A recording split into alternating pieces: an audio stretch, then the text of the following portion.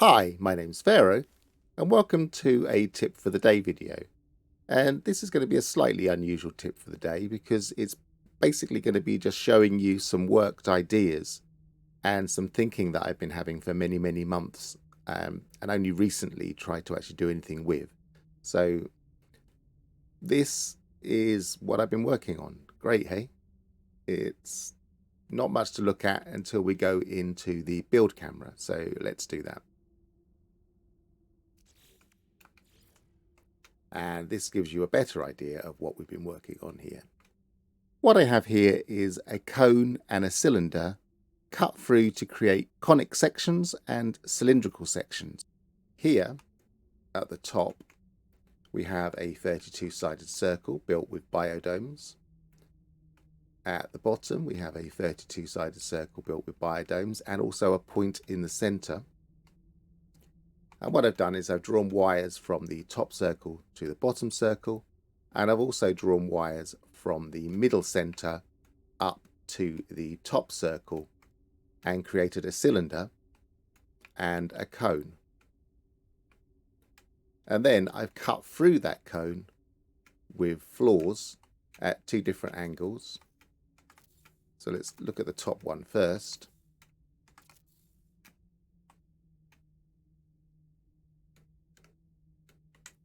And when you cut through a cone, you get what's called a conic section. And in this case, if you go from one side and cut through right through to the other side, you describe an ellipse. An ellipse being a special form of oval with its own unique properties. And I won't go into the full details about exactly what an ellipse is in this case, because in this case it's just a nice oval shape. And what we've done is I've literally gone in and positioned using wires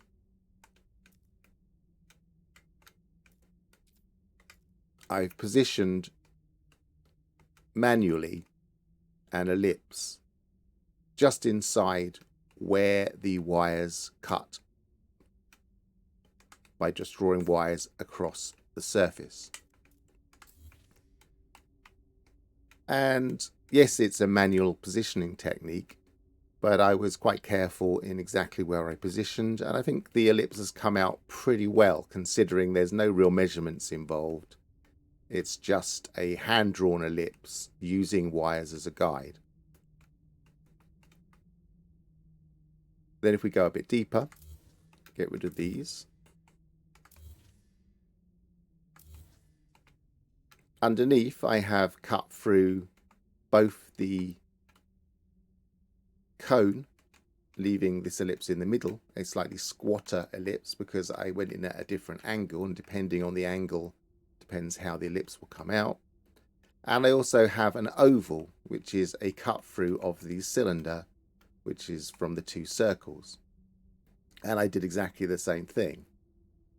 In this case I put the wires on the outside and on the inside for the oval, and I was developing which is the most accurate technique. I've decided that inside is probably the most accurate technique.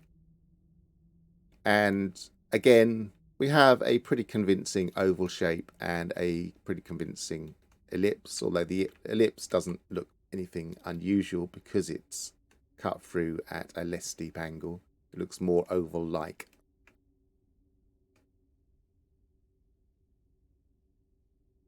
And so here's an example. This is a simple 16-sided oval. And you can see here that I made 16-sided circle from a biodome and another 16-sided circle, and I put them both at the same angle above and below the surface I wanted to work on. Drew the wires down from the top to the bottom, and then where they intersected I created the oval shape. Now I've drawn some radial points because I was positioning these edges and I was trying to decide exactly how I could use it. And in this case I've glitched this onto an edge, but nothing else. All of the others are from the points around the circle. So if I delete that, you can see that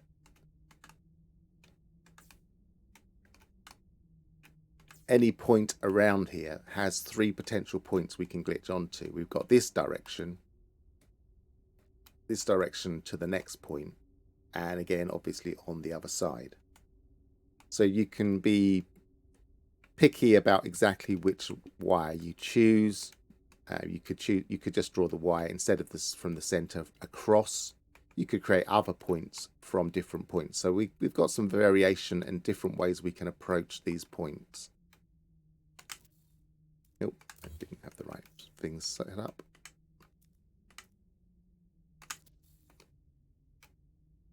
And so this is a very simple oval created from a combination of these radial points, and the rest of these are the kind of curved points as we go around. Over here, I have an ellipse, and the most obvious difference with an ellipse is if you create the radial points, then the center is offset. If you think of it as the circle here, and we're looking through the circle to the point of the cone in the distance. Let's get rid of that a second. So we're looking down through the circle, and the skewed angle that we've created the ellipse on means that the center is offset when we look at it from the side.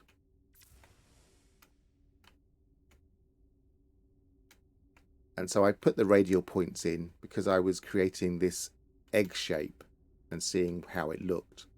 But this was originally a quite tight and well constructed ellipse, and I was doing it much more accurately with this particular one, creating those points. And then afterwards I changed it and put some radial points in. But it gives us an idea of how they're constructed. And that's all I'm going to cover on this video, is just the idea and the simple concept